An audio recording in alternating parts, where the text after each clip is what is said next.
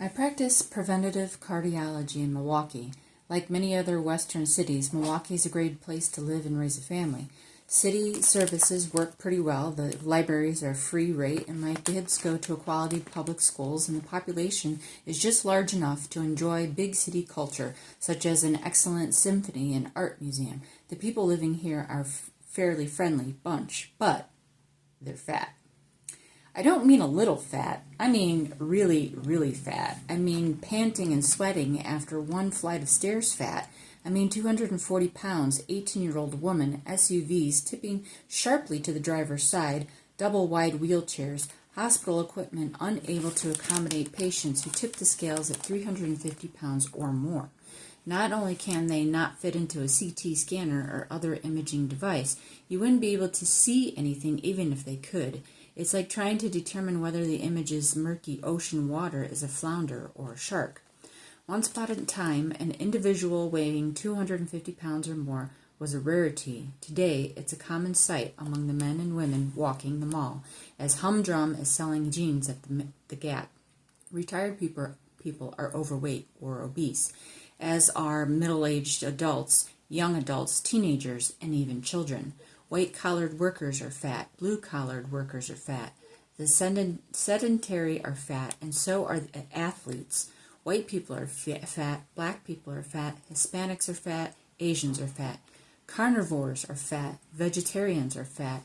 Americans are plagued by obesity on a scale never seen before in human experience. No demographic has escaped the weight gain crisis. Ask the USDA or the Surgeon General office, and they will tell you that Americans are fat because they drink too many soft drinks or eat too many potato chips, drink too much beer, and don't exercise enough. And those things may indeed be true, but that's hardly the whole story. Many overweight people, in fact, are quite health conscious. Ask anyone tipping the scales over 250 pounds. What do you think happened to allow such incredible weight gain? You may be surprised on what many do not say. I drink big gulps or eat Pop-Tarts and watch TV all day. Most people say something like, I don't get it. I exercise 5 days a week. I cut my fat and increase my healthy whole grains, yet I can't seem to stop gaining weight. So what have I been reading? I've been reading Wheat Belly by William Davis. It was written in 2011. There's 13 chapters. 269 pages, and there's an epilogue and 2 appendixes that includes recipes. So I'm going to get into a little bit of this, so it will entice you to go and get the book yourself. You can go buy it where books are sold, or go to your local library. So let's flip the page here to see what he goes on to say. Lessons from a wheat-free experiment. An interesting fact. Whole wheat bread, glycemic index 72, increases blood sugar as much as or more than table sugar or sucralose, which has a glycemic index of 59. Glucose increases blood sugar to 100, hence a glycemic index of 100.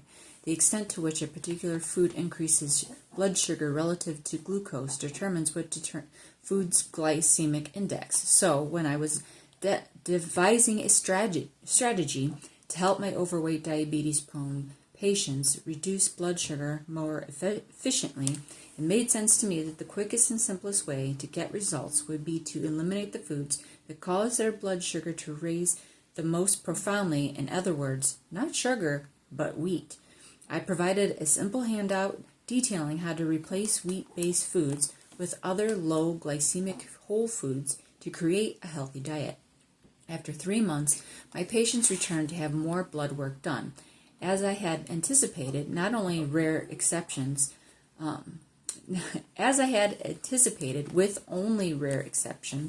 blood sugar glucose had indeed often dropped the diabetic range from 260 mg, I don't know what the mg stands for, sorry, I'm not diabetic, or greater to normal. Yes, diabetics became non-diabetics. That's right, diabetes in most cases can be cured, not simply managed, by removal of carbohydrates, especially wheat, from the diet. Many of my patients had also lost 20, 30, even 40 pounds. That's in 30 days, people. 20, 30, 40 pounds in 30 days. But it's what I didn't expect that astounded me. They reported that symptoms of acid reflux disappeared, and the celiac cramping and diarrhea of irritable bowel syndrome were gone. Their energy improved. They had greater focus. Sleep was deeper. Rashes disappeared, even rashes that had been present for many years. Their rheumatoid arthritis pain improved or disappeared, enabling them to cut back, even eliminate the nasty medications they used to treat it. Asthma symptoms improved or resolved completely, allowing many to throw away their inhalers. Athletes reported more consistent performance. Thinner, more energetic, clearer thinking, better bowel, joint, and health lung, time and time again. Surely these results were reason enough to forego wheat. What convinced me further were these many instances in which people removed wheat, then permitted themselves a wheat indulgence. A couple of pretzels, a little something here and there. Within minutes, many would experience diarrhea, joint swelling and pain, or wheezing. On again, off again, this phenomenon would repeat itself. What started out as a simple experiment in reducing blood sugars exploded into an insight into multiple health conditions and weight loss, and continues to amaze me even today. So then he goes on to talk about the history of wheat, going back many, many years, and where it all started, and then the reasons why we started manipulating the genetics, the chromosomes, if you will, of the wheat. So he goes on to talk about an IMWIC. Let's see, that stands for, it's some company that is manipulating the wheat. I can't find what that stands for. But they did some bad breeding. So this is on page 25, little chapter here, or sub-chapter, I should say, within the chapter, called Bad Breeding. Hold on, I just found another bookmark. Let me see. For as long as humans have practiced agriculture, farmers have strived to increase yield. Marrying a woman with dowry of several acres of farmland was for centuries the primary means of increasing crop yield, arrangements often accompanied by several goats and a sack of rice. Let's see. In modern times, humans have tried to increase yield by creating strains, crossbreeding different wheats and grasses, and generating new genetic varieties in the laboratory. Hybridization efforts involve techniques such as introgression and back crossing, in which offspring of plant breeding are mated with other parents with different strains of wheat or even other grasses. Such efforts, though first formally described by Australian priest and botanist Gregor Mendel in 1866, did not begin in earnest until the mid-20th century, when concepts such as heterogeneity and gene dominance were better understood. And since his early efforts, genetics has developed elaborate techniques to attain a desired trait. Through the much trial and error, it is still required. So here's the IMWIC. This is what it stands for, is the International Maize and Wheat Improvement Center, located east of Mexico City. And that has begun an agricultural research program in 1943. And let's see, what are they doing?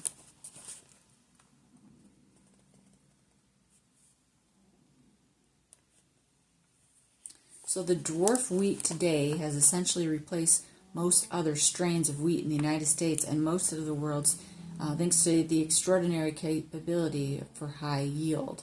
So the reason why they were manipulating this wheat was for high yield.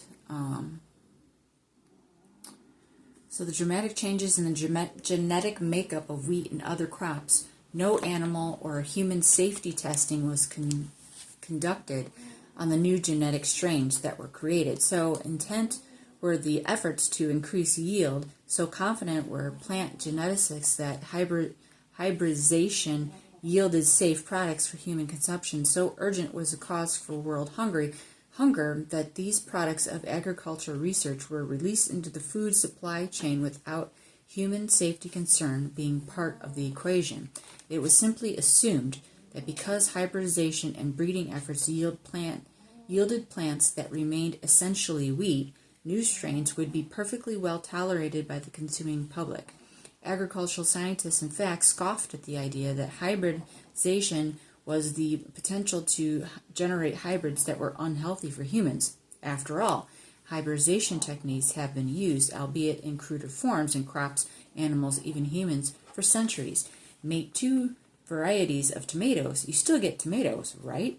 What's the problem? The question of animal or human safety testing is never raised. With wheat, it was likewise assumed that variations in gluten content and structure modifications or other enzymes and proteins qualities that confer susceptibility or resistance to various plant diseases would all make their way to humans without consequence. Judging by research findings of agriculture geneticists, such as assumptions may be unfolded and just plain wrong. An analysis of proteins expressed by a wheat hybrid compared to its two parent strains have demonstrated that while approximately 95% of the proteins expressed in the offsprings are the same, 5% are unique, found in neither parent. That's kind of like an example saying, okay, this mother does not have Down syndrome, and this father does not have Down syndrome, yet we find Down syndrome is in the child. That's kind of what they're saying. So 5% is unique, found in neither parent. Wheat gluten proteins in particular undergo considerable structural change with hybridization. In one experiment, 14 new gluten proteins were identified in the offspring that were not present in either wheat parent. Moreover, when compared to century-old strains of wheat, modern strains express a higher quantity of genes for gluten proteins that were associated with celiac disease. So there's dramatic shifts in genetically determined traits such as gluten structure. So a good grain gone bad. Given the genetic distance that has evolved between modern-day wheat and its evolutionary predecessors, is it possible that the ancient grains, such as an emmer and acorn, can be eaten without unwanted effects that have attached to other wheat products? I decided to put the acorn to the test, grinding 2 pounds of whole wheat grain to flour. So, just to give you a little bit of background, he said that he had found someone in Massachusetts, I believe, that had these ancient grains that were original seeds from overseas that had never been genetically modified. So these are the original parents going back to even before the 1800s. So these were ancient, 3300 BC, I think they were saying. That was the year 3300. That's how far back. So this is the acorn, is what he calls this, and then there's another one, and I think he'll go on to say it. So he's grinding 2 pounds of whole wheat grain to flour, which I then used to make bread. I also ground conventional organic whole wheat flour from seed. I made bread from both the acorn and the conventional flour using only water and yeast, with no added sugars or flavorings. The acorn, the ancient grain, looked much like conventional whole wheat flour, but once water and yeast were added, the differences became evident. The light brown dough was less stretchy, less pliable, and stickier than a traditional dough, and lacked the moldability of conventional wheat flour dough.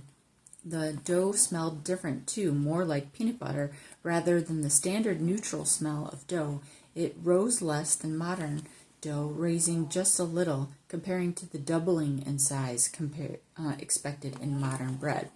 And as Eli is the person that he got these ancient grains from, Eli claimed that the final bread product did indeed taste different, heavier, nuttier, with an astringent aftertaste, and I would envision this loaf as crude acorn bread as on the tables of 3rd century BC Amorites or Mesopotamians. I have a wheat sensitivity, so in the interest of science, I conducted my own little experiment. 4 ounces of acorn bread on day 1 versus 4 ounces of modern organic whole wheat bread on day 2. I braced myself for the worst, since I had in the past reactions have been rather unpleasant. Beyond simply observing my physical reaction, I also performed fingerstick blood sugars after eating each type of bread. The differences were striking. Blood sugar at the start were 84 mg, and blood sugars after consuming the acorn was 110. This was more or less the expected response to eating some carbohydrate. Afterwards, though, I felt no perceivable effects, no sleepiness, no nausea, nothing hurt. In short, I felt fine. The next day I repeated the procedure, substituting the 4 ounces of conventional organic whole wheat bread. Blood sugar at the start was again the 84 mg. Blood sugar then consuming the conventional bread was 167. So the difference was when he had the ancient bread, it was 110, and this one was 167.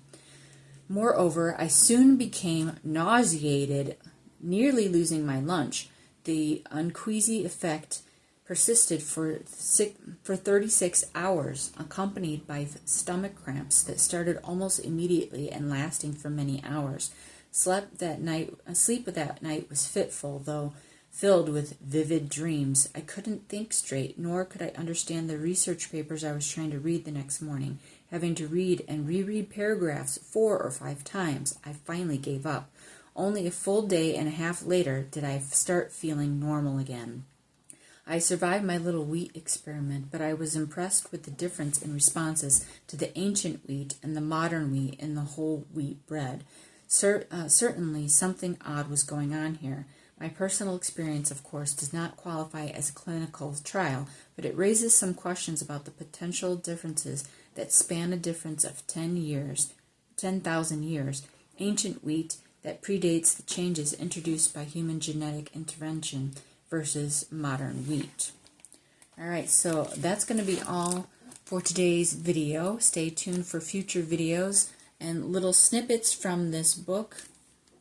So please like and subscribe, and until next time, thanks for being here. Bye-bye.